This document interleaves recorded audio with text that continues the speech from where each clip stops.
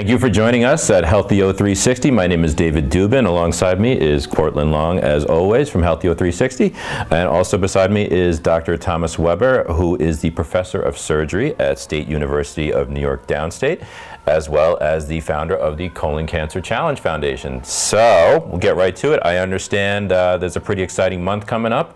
March, Colon Cancer Awareness Month? March is Tell us. Colorectal Cancer Awareness Month by White House proclamation some 15+ years ago. So it is official. It is official. March is the month to be aware of this disease that unfortunately still affects over 140,000 Americans a year and tragically takes the lives of close to 50,000 people. So this is a serious public health cancer control issue. That's the bad news. That's the bad news. Yeah. All right, so we're good now. Keep going.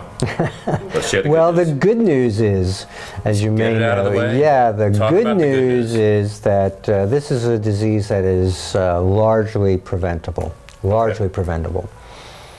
And is preventable by screening, appropriately timed screening. Okay. So March is all about getting the word out that with screening, the disease can be prevented. So the American Cancer Society and other professional medical societies recommend that screening begin at age 50. So I got a good 30 years. There you go, age 50, unless No comment from you.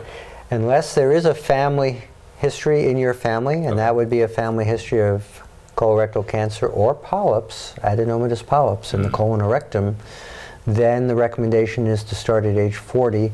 Unless it's very prevalent in your family, multiple people affected, then the general guidelines are 10 years than the earliest case in your family. But certainly if there's any suggestion of increased risk, you really want to be talking to your doctor about that so you can design a screening and surveillance program to keep you safe.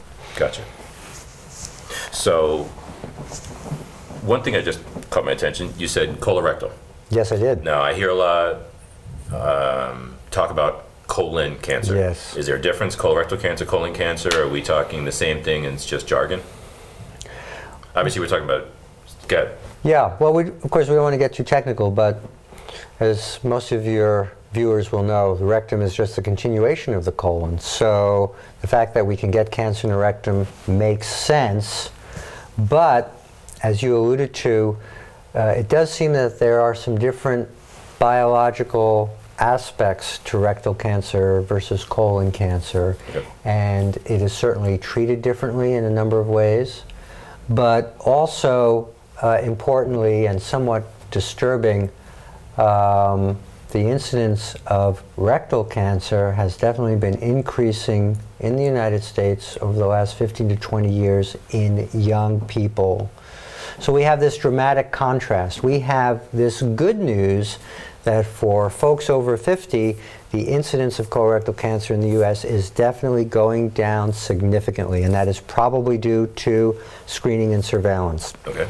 Unfortunately, under 50, including 20 to 30-year-olds, there's been a steady increase, and we are looking at increases of 2% per year. This is significant and disturbing stuff. So, is it due to that rock and roll music?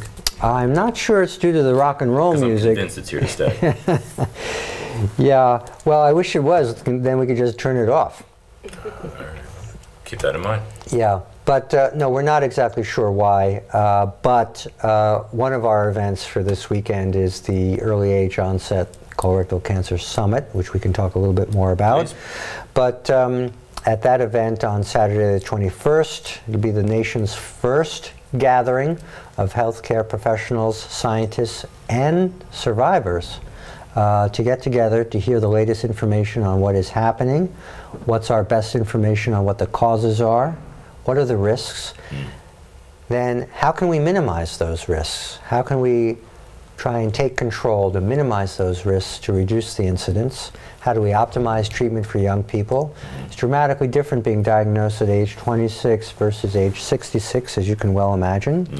You know, we're at different stages in our lives. There are other important things that 26-year-olds want to do. Starting a family. Exactly. So these are all the topics that we're going to be grappling with, and we think it's especially exciting because it has a fairly unique format, which is after the formal presentations, we're going to have breakout sessions, and the survivors and families are going to have facilitated discussions at which we're going to talk about what they think are the issues. Okay. What were the challenges for them trying to get diagnosed at age 24 when no one would believe them that there was a serious problem? What were the challenges trying to put together a treatment plan and program that preserved their life options moving forward? And then after the treatment, what support was there for them in trying to organize their lives, move forward, have families? What do they think are the top priorities? We're going to bring the healthcare providers and the scientists back together with the survivors, and we're going to work on a consensus for the top priorities in terms of clinical care, prevention, and scientific research moving forward. Will there be any arm wrestling? No. On the sidelines, yeah. So it's not. Who is the audience for this event, for the summit? Do you want in the audience doctors, patients, regular young people? Right. Well, we are very keen to make sure that there's plenty of room for survivors and families. I would say that's our #1 priority. Of course, we would like to attract physicians and scientists as well to get them interested and engaged in the problem. There'll be a terrific group of speakers, all nationally known. It's actually an international faculty. And so we hope that'll be a draw for the physicians as well as the survivors. Excellent. Anything else planned that weekend, or is this the big thing? Well, this is actually part of what we call Challenge Weekend. Okay. There's three big components. So on Sunday, the day after the summit, Sunday the 22nd. So Saturday's the summit. Yep, Saturday's the summit. Saturday summit. Sunday is the 12th annual New York Colon Cancer Challenge event, which Everyone looks forward to that. every year attracts thousands of people. This year it'll be at Citi Field. And so that is comprised of a 5-mile running race. Excuse me, 5K. 5K running race. Because at my age, I can't even drive that far. A remembrance and prevention walk, which usually is comprised mostly of survivors and families. Okay. There's a health fair with all kinds of educational booths and activities that also takes place. So it's really an opportunity to promote awareness, build your education about the disease, also help with doing family histories, which is very, very important. That's a major risk factor for the disease, is a positive family history. So that will be the challenge. So that's Saturday is the summit. Onset summit. Yep. Sunday's a challenge. So we got one more. Do tell. Yeah. I mean, this is just too good to be true.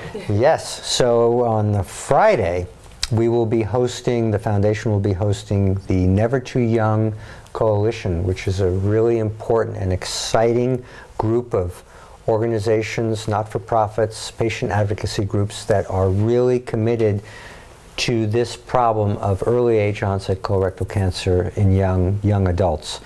It's 30+ organizations, and they will come to New York for their quarterly meeting where they review their ongoing projects, their priorities, what they want to work on. It also includes their research committee, which I'm really excited to be a part of.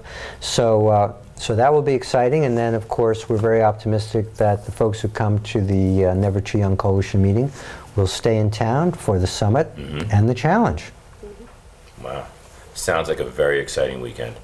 Anything you want to, any words of wisdom real quick before we wrap things up? I mean, if you were going to tell someone about preventing colon cancer. Yeah, colorectal cancer is preventable, beatable, and treatable. So our advice is talk about your family history, talk to your doctor about getting screened. The greatest risk factor for colorectal cancer in the United States is not being screened. So do it. So wait, is it do it or preventable, beatable, and treatable? It's all of the above. Well, let's take them both. It's all of the above. Well, excellent. We're looking forward to a very exciting weekend, and we are looking forward to hearing afterwards Thank you. about what's going on, not only in March, but afterwards. Thank you so much. So I'm Dave Dubin on behalf of everyone here at Healtheo 360, Cortland Long, of course. Thank you for viewing, and we're looking forward to seeing you again next time. And we're always available on the web and on demand. Thank you.